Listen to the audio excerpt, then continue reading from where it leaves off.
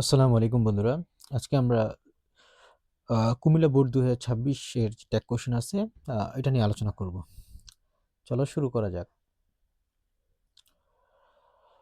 তোমরা লক্ষ্য করো যে প্রথম সেন্টেন্সটা কি আছে? Many people hanker after money. হ্যাঁ,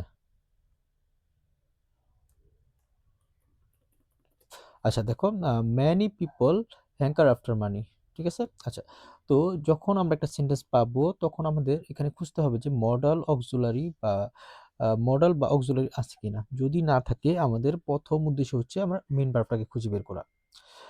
দেখো এখানে আমাদের মেইন ভার্ব কি আছে? আমাদের মেইন ভার্ব আছে কি? এই যে হ্যাঙ্কার।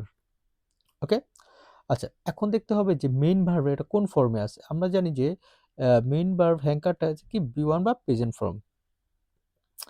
আমরা জানি যদি মেইন ভার্ব প্রেজেন্ট ফর্ম হয় তখন আমরা ডু অথবা ডাজ ব্যবহার করি। দেখো এই হ্যাঙ্কারের সাথে কি কোনো অ্যাশ যুক্ত আছে কিনা। যদি না থাকে তাহলে আমরা ডু ব্যবহার করব। ওকে, আচ্ছা তাহলে আমরা লিখলাম, দেখো ডু।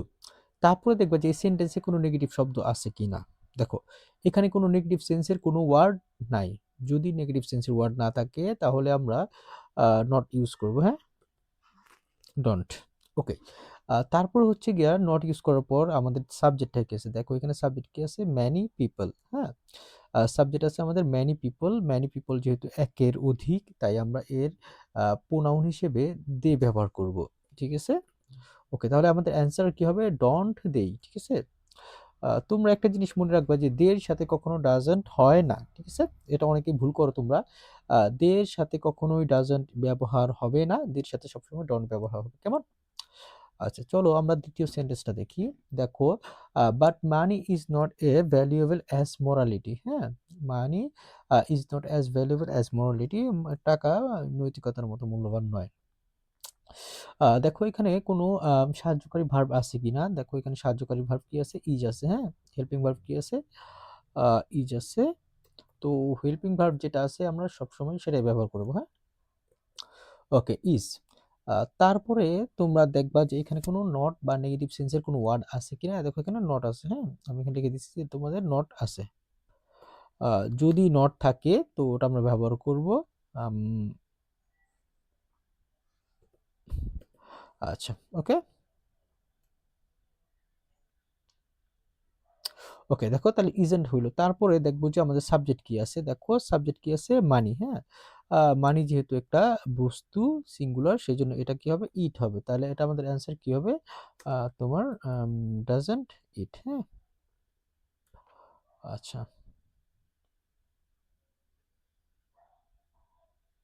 ওকে, তাহলে আমাদের অ্যান্সার হবে তোমার ডাজন্ট ইট।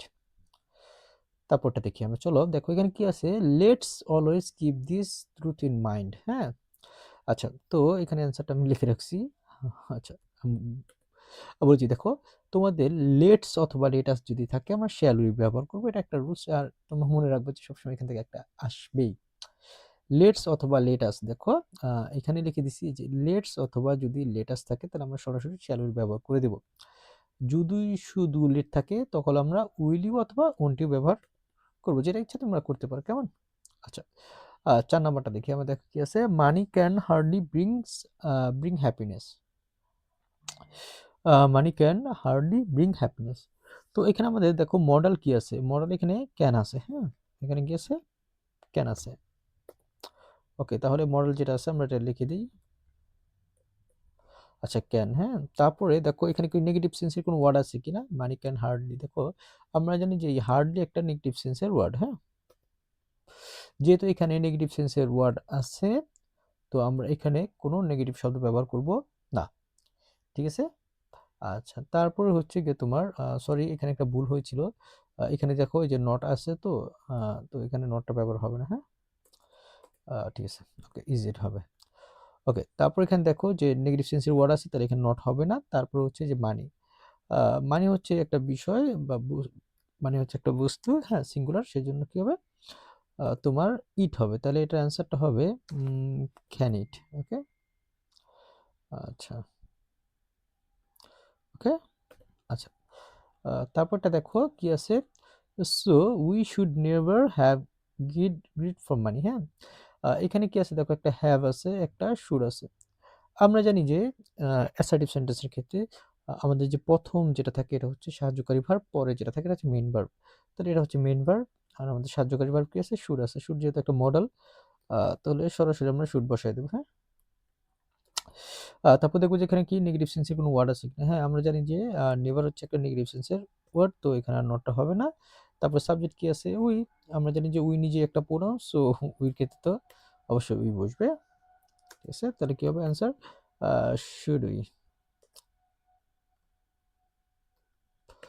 আচ্ছা, আশা করি তোমরা বুঝতে পেরেছো। তোমাদের সকলকে ধন্যবাদ।